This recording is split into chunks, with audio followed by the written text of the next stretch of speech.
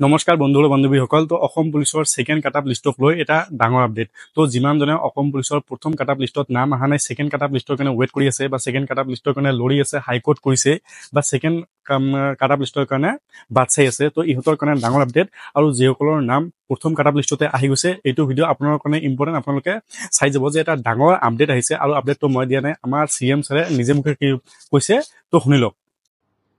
ছাত্ৰ ছাত্ৰীসকলৰ পৰীক্ষাৰ ফলাফলে নিৰ্ণয় কৰে।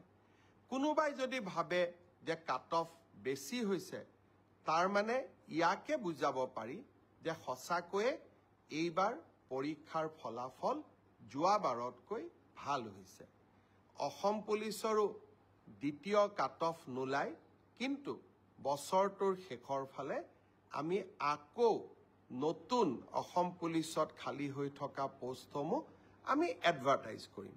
কোনোবাই যদি পোৱা নাই, হতাশ হ'ব নালাগে, দৌৰৰ প্ৰেক্টিচ অব্যাহত ৰাখিব লাগে।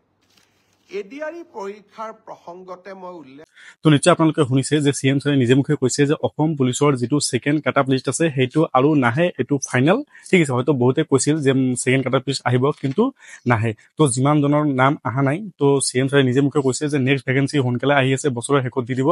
তো তাতে এপ্লাই কৰি আপোনালোকে আকৌ যুঁজিব পাৰিব চাকৰিৰ কাৰণে। আৰু যিমানজনৰ নাম আহিছে আপোনালোকৰ কাৰণে বেষ্ট অফ লাক, ভালকৈ পঢ়ক, এক্সামটো ভালকৈ দিয়ক। ধন্যবাদ।